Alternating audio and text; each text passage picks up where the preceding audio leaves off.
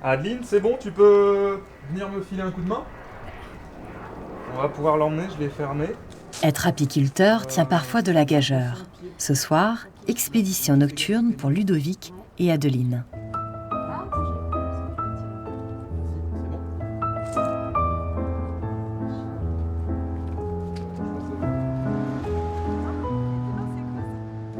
Là, on va sur le site de Marmoutier à Tournord pour y installer 2 ruches.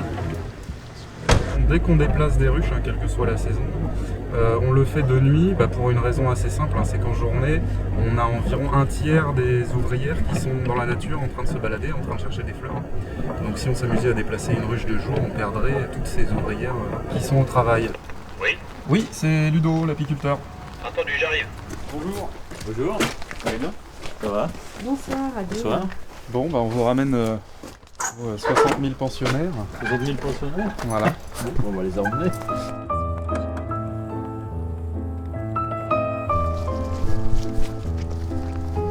Ah la vache. Il y en a une qui m'a fait la jambe. À la jambe. Dépêche-toi, Adeline. Ah mais attends, elle me repique. À la jambe. Oui, à la jambe à travers la l'église. Tu peux lâcher là? Vas-y. 22 heures. Les abeilles, un peu énervées par ce voyage, découvrent leur nouveau territoire.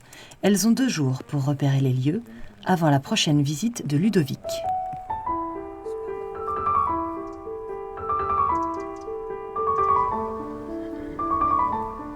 Là sur le site, Monsieur Berthet, on a quoi? J'ai vu qu'il y avait des tilleuls, pas mal.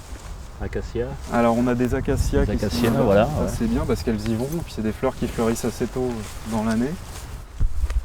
Là-haut, je vois qu'on a des... Ça doit être un arbre de Judée là. Tout à fait, C'est ça. Donc là aussi, elles y vont, normalement. J'ai vu qu'il y avait pas mal de lierre. C'est bien qu'il y en ait beaucoup parce qu'on a une saison où il n'y a plus beaucoup de fleurs. Donc là, ils vont avoir de quoi faire. Et sur la ville, on a des floraisons qui s'étalent sur une longue période, c'est-à-dire jusqu'à tard dans l'hiver, on a des fleurs. Donc là aussi, vu que nos abeilles, là, elles vont travailler à 3 km autour de la ruche, elles vont avoir accès à tout ce qu'il leur faut.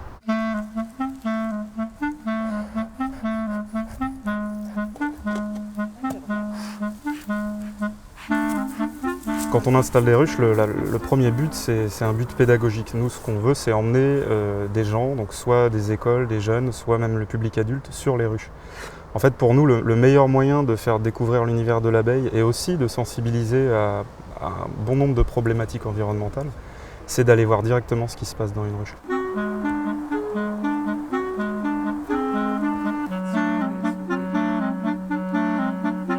L'abeille, c'est un maillon essentiel des écosystèmes. Ça a un rôle clairement central.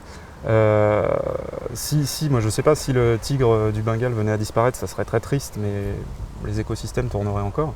Si l'abeille venait à disparaître, là on aurait des conséquences beaucoup plus dramatiques avec la disparition de beaucoup d'espèces végétales et animales. Insecticides, monoculture, présence du frelon asiatique, les facteurs de disparition de l'abeille à la campagne sont malheureusement nombreux. Sa place est-elle pour autant en ville ? La place de l'abeille, elle peut être en ville, elle s'y plaise. On fait des très bonnes productions de miel en ville avec un miel qui est de très bonne qualité et pas pollué, donc ça reste très pertinent d'en mettre en ville. Mais il ne faut pas se voiler la face. Sa place de toute façon, là où elle joue le rôle essentiel dont nous on a besoin et dont tous les écosystèmes ont besoin, c'est bien à la campagne. Parce que l'abeille, elle est directement responsable de la production de nos fruits, de nos légumes. Et donc c'est bien à cette place-là qu'elle doit être. En attendant une évolution de nos modes d'agriculture, les abeilles de Ludovic vont continuer à butiner tout près des bords de Loire.